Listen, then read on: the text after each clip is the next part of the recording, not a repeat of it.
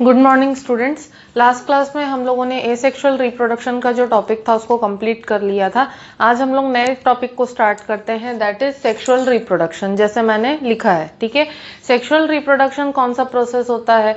Sexual reproduction जो है reproduction का एक ऐसा प्रोसेस, एक ऐसा मेथड होता है जहां पे न्यू इंडिविजुअल्स का फॉर्मेशन होता है गैमीट फॉर्मेशन और गैमीट्स के फ्यूजन के हेल्प से। ठीक है, कैसे? दोबारा से रिपीट कर रही हूँ। सेक्सुअल रिप्रोडक्शन का एक ऐसा मेथड है जहां पे नए इंडिविजुअल्स का फॉर्मेशन होता है गैमीट फॉर्मेशन और गैमीट्स के फ्यूजन की हेल्प से। ठीक है, अब यहाँ पर क्वेश्चन आता है गैमीट्स क्या होते हैं? गैमीट्स ऐसे स्पेशलाइज्ड सेल्स होते हैं जिनको कि एक्सक्लूसिवली बनाया जाता है बॉडी के अंदर, या जो बॉडी के अंदर एक्सक्लूसिवली रिप्रोडक्शन के पर्पज से ही बनते हैं। ठीक है, अदरवाइज गैमीट्स का और कोई अदर फंक्शन नहीं होता। ठीक है, तो ये जो गैमीट्स का फॉर्मेशन होता है ये स्पेसिफिकली जो ऑर्गेनिज्म है, चाहे वो प्लांट हो चाहे एनिमल हो, उसके रिप्रोडक्टिव ऑर्गन्स के अंदर ही बनता है। और अगर प्लांट की बॉडी या एनिमल की बॉडी सिंपल है, मतलब लोअर प्लांट या लोअर एनिमल है, ठीक है, तो उनके अंदर जो गैमीट्स का फॉर्मेशन होता है वो बॉडी के किसी भी सेल्स के थ्रू हो सकता है। ठीक है, मोर और लेस अगर हम लोग ओवरऑल देखें तो गैमीट्स के फॉर्मेशन का एक ही मोटिव होता है रिप्रोडक्शन होना, चाहे वो किसी स्पेशलाइज्ड ऑर्गन के थ्रू प्रोड्यूस हो या जनरलाइज्ड सेल्स के थ्रू प्रोड्यूस हो, कैसे भी प्रोड्यूस हो, उनका अल्टीमेट मोटिव होता है रिप्रोडक्शन। ठीक है, तो रिप्रोडक्शन का, सेक्सुअल रिप्रोडक्शन का जो प्रोसेस है उसके बारे में हम लोग देखते हैं। ठीक है, तो जैसे सेक्सुअल रिप्रोडक्शन के बारे में मैंने बताया कि गैमीट्स के फॉर्मेशन से और गैमीट्स के फ्यूजन के हेल्प से जिस रिप्रोडक्शन का प्रोसेस कंप्लीट होता है उसको हम लोग सेक्सुअल रिप्रोडक्शन बोलते हैं। ठीक है, अब सेक्सुअल रिप्रोडक्शन जो है इसके बारे में अगर हम लोग बात करें तो सबसे पहले इसके कुछ बेसिक फीचर्स हैं। ठीक है, क्या क्या बेसिक फीचर्स हैं सेक्सुअल रिप्रोडक्शन के? सबसे पहला तो बाई पेरेंटल होता है। जैसे एसेक्सुअल रिप्रोडक्शन में एक ही पेरेंट ऑर्गेनिज्म था, सेक्सुअल रिप्रोडक्शन में दो पेरेंट्स इन्वॉल्व रहते हैं, एक मेल पेरेंट इन्वॉल्व होता है और एक फीमेल पेरेंट इन्वॉल्व होता है। दो पेरेंट्स हैं, इसीलिए बाई पेरेंटल हम लोग बोलेंगे। ठीक है, नेक्स्ट है मियोटिक सेल डिवीजन। ठीक, मियोटिक सेल डिवीजन जो है वो सिर्फ गैमीट फॉर्मेशन के टाइम पे ही हमारे बॉडी में होता है। अगर हम लोग ह्यूमंस के केस में, हमारे केस में बात करें तो सिर्फ गैमीट फॉर्मेशन के टाइम पे ही मियोटिक सेल डिवीजन होता है। बाकी हमारी बॉडी के जितने भी पार्ट्स हैं वहां पर माइटोटिक सेल डिवीजन होता है। ठीक है, मियोटिक सेल डिवीजन की खासियत क्या है कि मियोटिक सेल डिवीजन से क्रोमोसोम का नंबर जो है वो जस्ट हाफ हो जाता है। ठीक है, जैसे कि अगर मैं ह्यूमंस का ही एग्जांपल दूं, ठीक है, तो हम लोगों के पास 46 क्रोमोसोम्स होते हैं टोटल। ठीक है, 46 क्रोमोसोम्स होते हैं टोटल, तो इसका हाफ क्या होगा? 23 हो जाएगा। ठीक है, तो मियोसिस जो सेल डिवीजन होता है, मियोटिक सेल डिवीजन के थ्रू जब गैमीट का फॉर्मेशन होता है तो गैमीट फॉर्मेशन होने के बाद गैमीट के अंदर आधे क्रोमोसोम्स बस आते हैं। जैसे कि ह्यूमंस के केस में एक गैमीट के अंदर सिर्फ 23 क्रोमोसोम्स आएंगे। ठीक है, तो जैसे मेल गैमीट बनता है उसके अंदर भी 23 क्रोमोसोम्स आएंगे और फीमेल गैमीट बनता है उसके अंदर भी 23 क्रोमोसोम्स आएंगे। ठीक है, तो जब मेल और फीमेल गैमीट का फ्यूजन होगा यानी कि फर्टिलाइजेशन होगा, तब ये जो हमारा नॉर्मल क्रोमोसोम नंबर है ये वापस से रिस्टोर हो जाएगा, है ना। तो मियोटिक सेल डिवीजन का अल्टीमेट मोटिव ये रहता है कि हमारा जो नॉर्मल क्रोमोसोम नंबर है यानी कि 46 क्रोमोसोम्स का जो हमारा नॉर्मल नंबर है उसको मेंटेन करना। ठीक है, क्योंकि एक एग्जांपल अगर हम लोग ले लें कि क्रोमोसोम नंबर अगर मियोसिस के थ्रू हाफ ना हो, ठीक है, और गैमीट्स के अंदर 46 क्रोमोसोम्स ही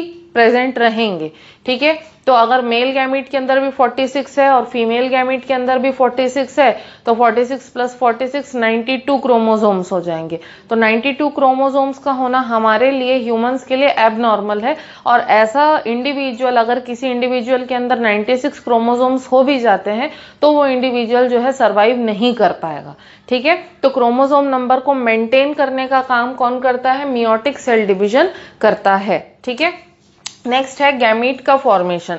गैमीट का फॉर्मेशन जो है वो हायर ऑर्गेनिजम्स के अंदर स्पेशलाइज्ड ऑर्गन्स में होता है, और जो लोअर ऑर्गेनिजम्स होते हैं उसमें जनरली बॉडी के किसी भी पार्ट से जो है गैमीट का फॉर्मेशन हो सकता है। ठीक है, अब अगर लोअर ऑर्गेनिजम्स हैं तो गैमीट्स जो हैं एक दूसरे से देखने में सिमिलर होंगे साइज में, शेप वगैरह में।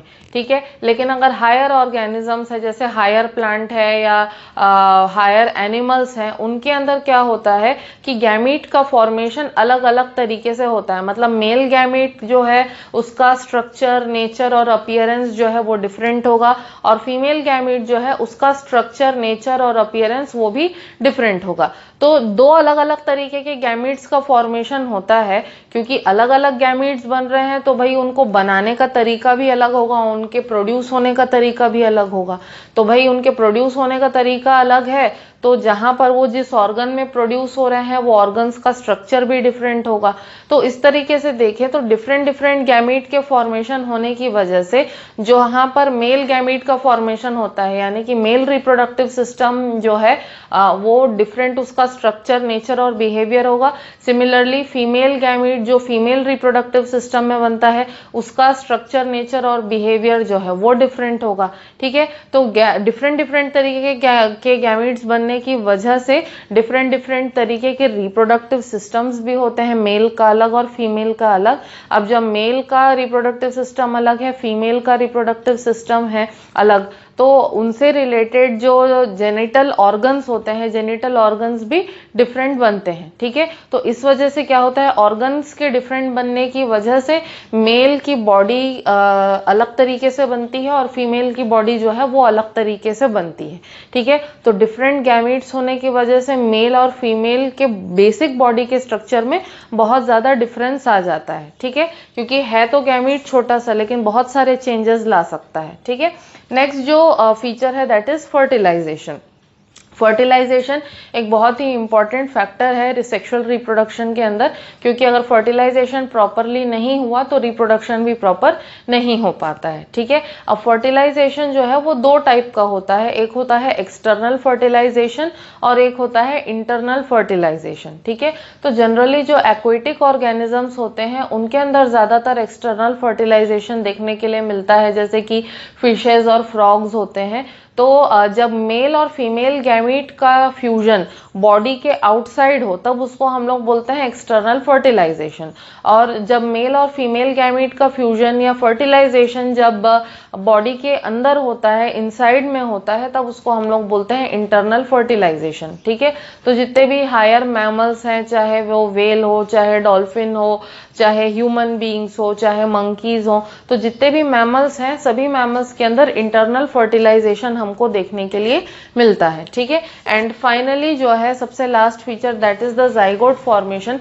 गैमीट्स के फ्यूजन यानी कि फर्टिलाइजेशन के बाद में एक सिंगल सेल दोबारा से बनता है। ये जो सिंगल सेल होता है इसको हम लोग बोलते हैं जाइगोट। तो जाइगोट जो है ये कमिंग इंडिविजुअल या आने वाले बेबी का, आने वाले ऑर्गेनिज्म का फर्स्ट सेल होता है, और अभी तक गैमीट फॉर्मेशन हुआ, फर्टिलाइजेशन होते तक जो है मेल और फीमेल गैमीट जो है उनके क्रोमोसोम्स हाफ हाफ थे। तो जब फर्टिलाइजेशन होता है, मेल और फीमेल गैमीट का फ्यूजन हो जाता है, तब जो है क्रोमोसोम नंबर दोबारा से रिस्टोर हो जाता है। जैसे ह्यूमंस के केस में गैमीट्स में 23 रहेगा, और जब जाइगोट का फॉर्मेशन होगा तब नॉर्मल जो 46 क्रोमोसोम्स का नंबर है वो वापस से रिस्टोर हो जाता है। ठीक है, तो ये जो है बेसिक फीचर्स थे सेक्सुअल रिप्रोडक्शन के। अब मैं आती हूँ significance of sexual reproduction. Sexual reproduction को कहा जाता है कि वो एसेक्सुअल रिप्रोडक्शन से बेटर है। ठीक है, किस लिए बेटर है, उसका सिग्निफिकेंस क्या है वो हम लोग देखते हैं। सबसे पहला सिग्निफिकेंस है वेरिएशन, वैरायटी प्रोड्यूस करना, नए चेंजेस प्रोड्यूस करना। ठीक है, क्योंकि कोई दो इंडिविजुअल्स हैं, दोनों के कैरेक्टर्स, दोनों का नेचर, बिहेवियर, उनकी मॉर्फोलॉजी जो है वो सारी चीजें डिफरेंट होंगी, उनका वे ऑफ थिंकिंग, उनके बॉडी के जो फीचर्स हैं सारे के सारे दोनों के एक दूसरे से डिफरेंट होंगे। ठीक है, तो जब मेल और फीमेल दोनों के क्रोमोसोम्स आपस में मिक्स होते हैं तो तो नए इफेक्ट्स जो हैं वो प्रोड्यूस होंगे, और नए इफेक्ट्स प्रोड्यूस होंगे यानी कि क्या आएंगे, चेंजेस आएंगे, चेंजेस आएंगे यानी कि वेरिएशंस आएंगे। तो सबसे इंपॉर्टेंट फैक्टर क्या है, सेक्सुअल रिप्रोडक्शन की वजह से वेरिएशंस के प्रोड्यूस होने का चांस बढ़ जाता है। ठीक है, सेकेंड सिग्निफिकेंस है एडेप्टेबिलिटी। ठीक है, अब एडेप्टेबिलिटी कैसे आती है सेक्सुअल रिप्रोडक्शन से, किसी पर्सन के अंदर किसी चीज को हैंडल करने की ज्यादा कैपेसिटी है और किसी पर्सन के अंदर वो कैपेसिटी नहीं है, किसी दूसरी चीज के साथ डील करने की कैपेसिटी ज्यादा है, कोई मेंटली ज्यादा स्ट्रांग है तो कोई फिजिकली ज्यादा स्ट्रांग है। तो जब ऐसे कैरेक्टर्स आपस में मिक्स होते हैं तो जो अपकमिंग इंडिविजुअल है या जो नया बनने वाला ऑर्गेनिज्म है या नया बेबी जो है, उसके अंदर दोनों पेरेंट्स के कैरेक्टर आएंगे, और दोनों पेरेंट्स के कैरेक्टर आने की वजह से उसका जो कैरेक्टर उसके जो कैरेक्टरिस्टिक्स होंगे वो इम्प्रूव होते जाएंगे। ठीक है, तो जो नया इंडिविजुअल बनेगा उसके अंदर क्योंकि दोनों पेरेंट्स के कैरेक्टर्स हैं तो वो डिफरेंट डिफरेंट सिचुएशंस में अपने आप को अच्छे से अडेप्ट कर पाएगा। ठीक है, नेक्स्ट है विगर एंड वाइटैलिटी। ठीक है, तो सेक्सुअल रिप्रोडक्शन की वजह से नए जो ऑर्गेनिजम्स बनते हैं उनके अंदर की जो वाइटैलिटी है वो ज्यादा होती है, वो मेंटेन हो पाती है। ठीक है, उसके बाद है यूनिफॉर्मिटी। ठीक है, यूनिफॉर्मिटी की वजह से, यूनिफॉर्मिटी हम लोग क्यों लिख रहे हैं, क्योंकि जब कैरेक्टर्स का मिक्स एंड मैच होता है तो कैरेक्टर्स जो है वो यूनिफॉर्मली एक पर्टिकुलर पॉपुलेशन में स्प्रेड हो पाते हैं। ठीक है, इसीलिए सेक्सुअल रिप्रोडक्शन की वजह से यूनिफॉर्मिटी भी आती है। And lastly evolution. भाई इवोल्यूशन होता क्या है, मैंने चैप्टर की स्टार्टिंग में भी बताया था, जब कई हजारों करोड़ों साल तक वेरिएशंस जो हैं वो एक्यूमुलेट होते जाएंगे ऑर्गेनिज्म के अंदर और ऑर्गेनिज्म को बेटर बनाते जाएंगे, ऑर्गेनिज्म को इम्प्रूव करते जाएंगे, उसी को हम लोग बोलते हैं इवोल्यूशन। ठीक है, तो सेक्सुअल रिप्रोडक्शन जो है वो वेरिएशन प्रोड्यूस करेगा और वेरिएशन के वजह से अल्टीमेटली इवोल्यूशन हो पाएगा। ठीक है, तो this was the basic feature and the significance of sexual reproduction. अब सेक्सुअल रिप्रोडक्शन में हम लोग पहले देखेंगे sexual reproduction in flowering plants. ठीक है, तो sexual reproduction in flowering plants जो है इसके बारे में थोड़ा बहुत आप लोगों ने प्रीवियस क्लासेस में भी, क्लास 8 में भी पढ़ा हुआ है आप लोगों ने। ठीक है, तो थोड़ा सा हम लोग उसी चीज को ब्रश अप करेंगे। आज जो मैं सिंपली आप लोगों को फ्लावर का जो स्ट्रक्चर होता है उसको एक्सप्लेन करूंगी। हमारी जो नेक्स्ट क्लास होगी उसमें हम लोग रिप्रोडक्शन कैसे होता है फ्लावरिंग प्लांट्स में उसके बारे में डिस्कस करेंगे। तो मैं एक डायग्राम बना रही हूँ, डायग्राम के हेल्प से मैं आप लोगों को एक्सप्लेन करूंगी कि फ्लावर के जो डिफरेंट पार्ट्स होते हैं वो कैसे और क्या होते हैं। ठीक है, अब अगर हम लोग फ्लावर के बारे में बात कर रहे हैं तो सबसे पहला क्वेश्चन आता है कि फ्लावर होता क्या है। ठीक है, बॉटनिकली मतलब प्लांट्स के पॉइंट ऑफ व्यू से या प्लांट साइंस के पॉइंट ऑफ व्यू से अगर हम लोग देखें तो बोटानिकली फ्लावर जो होता है वो कंप्रेस्ड शूट होता है, यानी कि कंप्रेस्ड स्टेम होता है जो कि मॉडिफाइड स्टेम होता है। और उसकी मॉडिफिकेशन किसके लिए होती है, उसके अंदर की मॉडिफिकेशन जो है उसको स्पेशलाइज करती है सेक्सुअल रिप्रोडक्शन के प्रोसेस को कंप्लीट करने के लिए। मतलब कि अगर मैं ओवरऑल पूरा डेफिनेशन जो है हर चीज को मिला करके बोलूं तो flower is a modified shoot which is specialized for sexual reproduction. ठीक है, फ्लावर क्या है, मॉडिफाइड शूट है जो कि स्पेशलाइज्ड है सेक्सुअल रिप्रोडक्शन के लिए। ठीक है, तो अब फ्लावर के बारे में हम लोग डिस्कस करते हैं।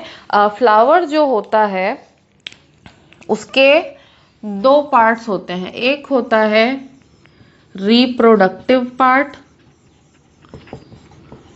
और दूसरा होता है एक्सेसरी पार्ट। ठीक है, अब रिप्रोडक्टिव और एक्सेसरी दो पार्ट्स होते हैं फ्लावर के, है ना। तो मैं डायग्राम बनाती हूं यहां पर।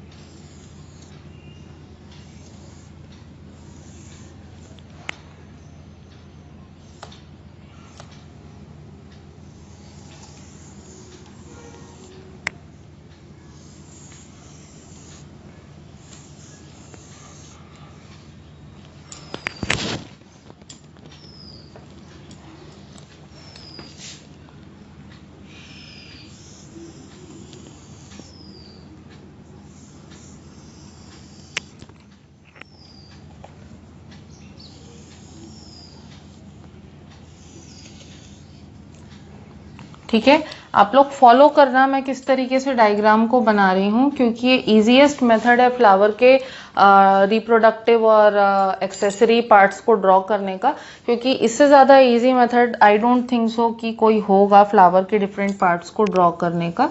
तो you just follow the way I am drawing the diagram, ठीक है।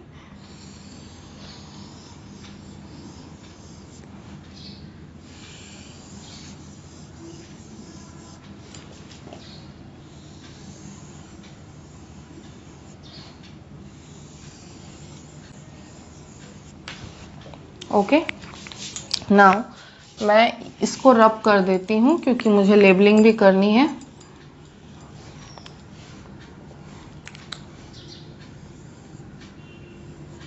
Okay, so we'll go through this whole diagram, है ना। सबसे पहले, ठीक है, हम लोग किसके बारे में बात कर रहे थे? हम लोग बात कर रहे थे रिप्रोडक्टिव पार्ट फ्लावर के और एक्सेसरी पार्ट के बारे में, ठीक है। तो रिप्रोडक्टिव पार्ट को बाद में देखते हैं, पहले हम लोग एक्सेसरी पार्ट को देखेंगे, ठीक है। अब ये वाला जो पार्ट है, ठीक है, कभी भी फ्लावर कोई सा भी तोड़ोगे, ठीक है, तो उसमें नीचे एक आपको स्टिक जैसा कुछ दिखेगा, ठीक है। तो वो जो स्टिक वाला पार्ट है जिससे आप लोग फ्लावर को पकड़ सकते हो, होल्ड कर सकते हो, this stick like part is known as the pedicel, ठीक है। दिस स्टिक और stalk is known as the pedicel, ठीक है। पेडिसेल के ऊपर जो है एक थोड़ा सा स्वोलन सा, थोड़ा सा फूला फूला हुआ सा एक स्ट्रक्चर प्रेजेंट होता है। ये जो स्वोलन स्ट्रक्चर होता है इसको हम लोग कहते हैं थैलेमस, ठीक है। ये जो स्वोलन स्ट्रक्चर होता है इसको कहते हैं हम लोग थैलेमस, ठीक है। अब हम लोग आते हैं किसके ऊपर? स्टिक के ऊपर थैलेमस था। थैलेमस के ऊपर क्या रहते हैं? छोटे छोटे ग्रीन कलर के हमको पत्तों के जैसे स्ट्रक्चर्स दिखते हैं, ठीक है। तो ये जो छोटे छोटे ग्रीन कलर के लीफ के जैसे स्ट्रक्चर्स जो हमको दिखते हैं, these are known as the sepals, ठीक है। These are known as the sepals, ठीक है। अब सेपल्स जो हैं वो हमेशा जनरली 2 के मल्टीपल्स में रहते हैं, या तो 2, 4, 6, 8, 10, है ना। तो 2 के मल्टीपल्स में हमेशा सेपल्स रहते हैं, और ये जो सारे सेपल्स रहते हैं एक सर्कल में प्रेजेंट रहते हैं, मतलब एक लाइन से उनका अरेंजमेंट होता है, एक ही अलाइनमेंट में, एक ही एक्सिस में उनका प्रेजेंस जो है वो होता है। तो सेपल्स का जो पूरा सर्कल होता है उसको हम लोग बायो की प्रॉपर लैंग्वेज में बोलते हैं व्हर्ल, ठीक है। पूरा जो सर्कल होता है, एक जो पूरा सर्कल होता है सेपल्स का, उसको हम लोग क्या कहते हैं? व्हर्ल। वैसे ही पेटल्स का भी जो सर्कल होता है उसको व्हर्ल बोलते हैं, ठीक है।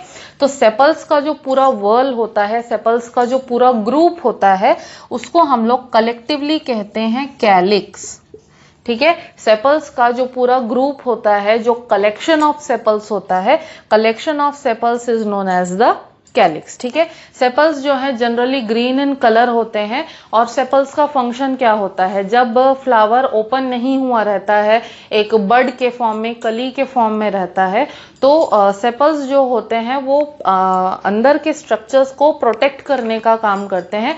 फ्लावर को चारों तरफ से कवर करके रखते हैं सेपल्स, और जैसे ही फ्लावर खिल जाता है तो सेपल्स भी जो है उसके साथ साथ ओपन हो जाते हैं। तो जब तक फ्लावर खिला नहीं रहता है, बड या कली के स्टेज में रहता है, तब तक जो है सेपल्स अंदर के सारी चीजों को प्रोटेक्ट करके रखने का काम करते हैं, ठीक है। अब सेपल्स के ऊपर क्या रहता है? सेपल्स के ऊपर कलरफुल पेटल्स होते हैं, ठीक है। जो पंखुड़ियां हम लोग हिंदी में बोलते हैं, तो कलरफुल पेटल्स प्रेजेंट होते हैं। तो what are these? These are the petals, these are the petals, ठीक है। तो पेटल्स का भी एक सर्कल होता है, एक ग्रुप होता है, ठीक है। तो पेटल्स का जो सर्कल या पेटल्स का जो ग्रुप होता है उसको हम लोग कहते हैं कोरोला, ठीक है। पेटल्स का जो ग्रुप होता है उसको कहते हैं करोला। तो पेटल्स जो होते हैं जनरली कलरफुल रहते हैं, क्यों? ताकि इंसेक्ट्स को अपने तरफ अट्रैक्ट कर सके। क्यों अट्रैक्ट कर सके? पॉलिनेशन के लिए। पॉलिनेशन के बारे में आप लोगों ने क्लास 8 में भी पढ़ा है, उसको हम लोग बाद में और डिटेल में देखेंगे, ठीक है। और पेटल्स जो होते हैं कई बार उनके अंदर ऑयल्स की प्रेजेंस होती है, तो ऑयल्स की प्रेजेंस होने की वजह से कई बार उनके अंदर फ्रेग्रेंस भी होता है, ठीक है। तो पेटल्स का जो व्हर्ल होता है वो है कोरोला, ठीक है। तो pedicel, thalamus, sepals and petals. ये चारों के चारों क्या है, ये एक्सेसरी ऑर्गन्स होते हैं फ्लावर के, और ये चारों ऑर्गन्स जो हैं ये डायरेक्टली सेक्सुअल रिप्रोडक्शन में पार्टिसिपेट नहीं करते। ठीक है, अब बची किसकी बाद में, ये दो चीजें बच गई। ठीक है, तो ये जो दो चीजें हैं these are the reproductive organs of the flower. ठीक है, तो सबसे पहले हम लोग इसके बारे में बात करते हैं। ये जो आपको स्ट्रक्चर दिख रहा है, this particular structure is known as the stamen. ठीक है, this particular structure is known as the stamen. ठीक है, तो स्टेमन कौन सा पार्ट होता है, मेल रिप्रोडक्टिव पार्ट होता है। ठीक है, what is this, this is the stamen, this is the male reproductive part of the flower। ठीक है, तो स्टेमन का जो पूरा स्ट्रक्चर होता है, अगर उसको मैं आप लोगों को एक्सप्लेन करूं तो this part, this is known as the filaments. ठीक है, फिलामेंट जो है वो फ्लावर के बेस से निकलता है और ऊपर हवा की तरफ एक्सटेंड होता है, और फिलामेंट के एंड पे, ठीक है, एक लोब के जैसा आपको स्ट्रक्चर दिखता है। ये जो लोब के जैसा स्ट्रक्चर होता है, this structure is known as the anther. ठीक है, this structure is known as the anther. ठीक है, और एंथर वही जगह है जहां पर पोलन ग्रेन का फॉर्मेशन होता है। ठीक है, तो एंथर के अंदर क्या होगा, छोटे छोटे कंपार्टमेंट्स होते हैं। ठीक है, लोब्स होते हैं, और उन कंपार्टमेंट्स या लोब्स के अंदर पोलन ग्रेन का प्रोडक्शन होता है। ठीक है, अब फिलामेंट है और एंथर है, तो anther plus filament equals to stamen. ठीक है, ये याद रखना, anther plus filament equals to stamen. ठीक है, अब स्टेमन एक तो नहीं होता, यहाँ पे भी मैंने 4 स्टेमन्स बनाए हैं। ठीक है, तो स्टेमन्स का जो पूरा कलेक्शन होता है, कलेक्शन या group of stamens is known as the androecium.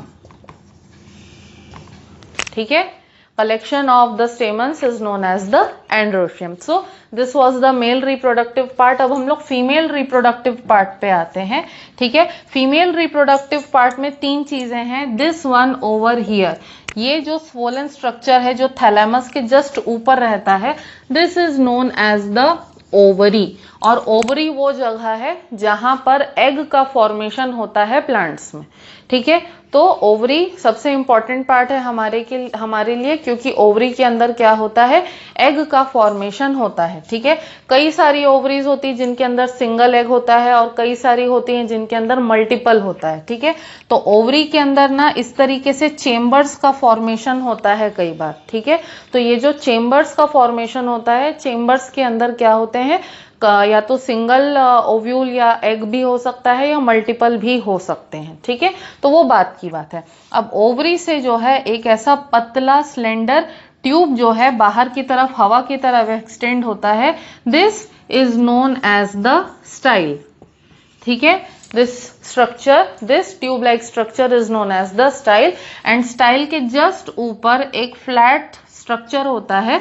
इस स्ट्रक्चर को हम लोग बोलते हैं स्टिग्मा। स्टिग्मा जो है वो लेदर के जैसा दिखने वाला, फेदर्स के जैसा दिखने वाला, या वेलवेट के जैसे दिखने वाला होता है। और स्टिग्मा का काम क्या होता है, पोलन ग्रेन को रिसीव करना। ठीक है, पोलन ग्रेन को रिसीव करना और पोलन ग्रेन को अटैचमेंट के लिए सरफेस प्रोवाइड करना। तो पोलन ग्रेन आएगा, स्टिग्मा के ऊपर अटैच होगा, फिर स्टाइल के थ्रू होते हुए पोलन ग्रेन का जो न्यूक्लियस है वो कहाँ तक जाएगा, ओवरी के अंदर जो एग सेल है वहां पर जाएगा। पोलन ग्रेन जो है वो एग सेल को फर्टिलाइज करेगा, और इस तरीके से सेक्सुअल रिप्रोडक्शन हो पाएगा। ठीक है, तो आज मैंने सिर्फ आप लोगों को फ्लावर का जो स्ट्रक्चर है वो एक्सप्लेन किया है। नेक्स्ट क्लास में जो है हम लोग एक्चुअल सेक्सुअल रिप्रोडक्शन प्लांट में कैसे होता है उस टॉपिक को कवर करेंगे। ठीक है, अंटिल देन अगर आप लोगों को ये सारी चीजें जो है किसी लाइव फ्लावर के अंदर चेक करनी है, तो सबसे बेस्ट एग्जाम्पल होगा चाइना रोज या हिबिस्कस, या जिसको हिंदी में मंदार या गुड़हल का फूल बोलते हैं। उसके अंदर अगर आप लोग ये सारे स्ट्रक्चर्स ऑब्जर्व करना चाहोगे तो बहुत अच्छे तरीके से कर सकते हो। ठीक है, या फिर अगर कहीं मेरे को अगर मैं फोन पे आप लोगों को करके दिखा सकी तो मैं ट्राई करूंगी, डाइसेक्ट करके आप लोगों को दिखाने की कोशिश करूंगी। या फिर अगर मुझे यूट्यूब पर कोई अच्छा वीडियो मिलता है फ्लावर डाइसेक्शन का, तो वो भी मैं आप लोगों के साथ शेयर करूंगी, तो आप लोगों को टॉपिक पे थोड़ा ज्यादा पर्सपेक्टिव मिल पाएगा। ठीक है, अंटिल देन अगर आप लोगों को कोई भी डाउट है तो you can ask me. Thank you.